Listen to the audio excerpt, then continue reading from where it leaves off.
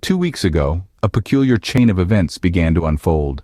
It was a time like any other, with the sun rising and setting, seeming like a day just like the rest. The only thing different was my abode.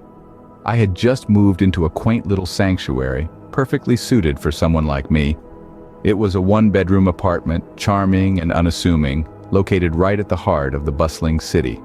Sure, city life can be daunting, but this apartment, with its weathered bricks and rustic window panes, exuded a sense of calmness. Nestled amidst the urban jungle, it was like a while still offering a front-row seat to the city's unending drama. The location was impeccable, within walking distance from work, close to the city's best cafes, its artsy bookstores, its verdant parks, and its vibrant nightlife. It was like living in a dream, the perfect fusion of solitude and society, a place where I could find peace amongst the chaos. But let's talk about the apartment itself. The first thing you noticed was its peculiar charm. The door creaked open to reveal an open-plan living space, a mix of vintage and modern touches that gave it an almost bohemian feel. Original hardwood floors, a cozy fireplace, and a surprising amount of natural light streaming through the large weathered windows. The bedroom was small but cozy, with just enough space to fit a queen-size bed and a small desk. It had an air of comfort, of homeliness. It was a place that whispered welcome home to those fortunate enough to step inside. Then came the rent. It was a steal, to say the least. Affordable would be an understatement. It was so cheap that it seemed almost unbelievable. It was like finding a diamond in the rough, a gem hidden amongst pebbles. The cost was almost half of what other apartments in the area were going for. It was surprising, pleasantly so, at least in the beginning. I remember thinking to myself, how did I get so lucky? Could this really be true? It almost felt like I was living in a dream, a too-good-to-be-true kind of situation. However, this unbelievably affordable rent was perhaps my first clue that not everything was as it seemed. It was the kind of thing that, in hindsight, should have raised a red flag. This affordable rent was, after all, too affordable. And as the saying goes, if something seems too good to be true, it probably is. The first night was when I heard it. An unexpected, unearthly sound that resonated in the silence of the midnight hour. 3 dull, rhythmic thuds echoed through the hallways of my home, followed by an eerie, almost tangible silence. The echo of the thuds, an unfamiliar melody, was enough to disconcert the tranquility of my thoughts, as I lay awake in the darkness, contemplating the source of the bizarre sounds. In the beginning, I endeavored to rationalize it, attributing the disturbing noise to the possibility of mundane household issues. After all, it could have just been the old rusty plumbing groaning under the strain of daily usage.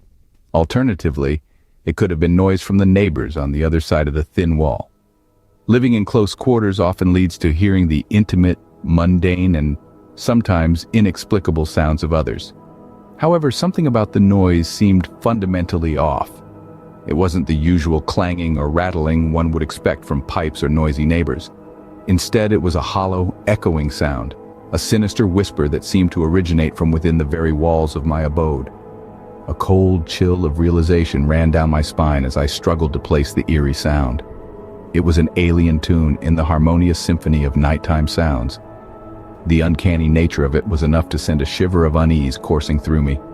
Despite the unsettling events of the first night, the sun rose, and the following days unfolded in the usual, uneventful manner.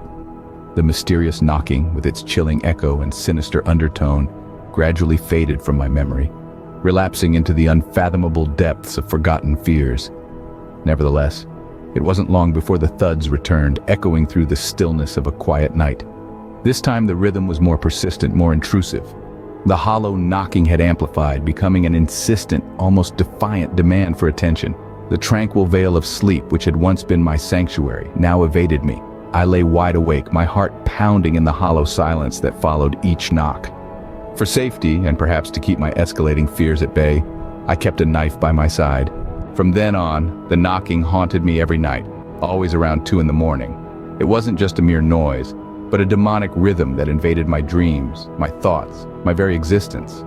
The sound echoed endlessly in the depths of my mind, a phantom tattoo that set my heart racing with fear and anticipation. It was unceasing, unrelenting, a haunting reminder of my sleepless nights and weary days. Every night, I would find myself abruptly awakened, my heart hammering against my chest, my mind clouded by the echo of the knocking. The sound seemed to reverberate through the entire house, bouncing off the stone-cold walls, a constant reminder of the torment that lay ahead. The mystery of it was perhaps the most terrifying aspect. The cause remained unknown, an enigma shrouded in the cloak of midnight. It was always at the same time, that peculiar hour when the world seemed so still, so silent. Then, breaking through that peaceful quiet, the knocking would begin. In the stillness of the night, each knock was amplified, as if the silence of the world around me was amplifying the sound to an unimaginable degree. It was maddening, a ceaseless beat that threatened to consume me. I found myself on the precipice of despair, my sanity hanging by a thread, my nerves frayed to the point of breaking. The ominous knocking was like a predator lurking in the dark, seizing every opportunity to remind me of its presence.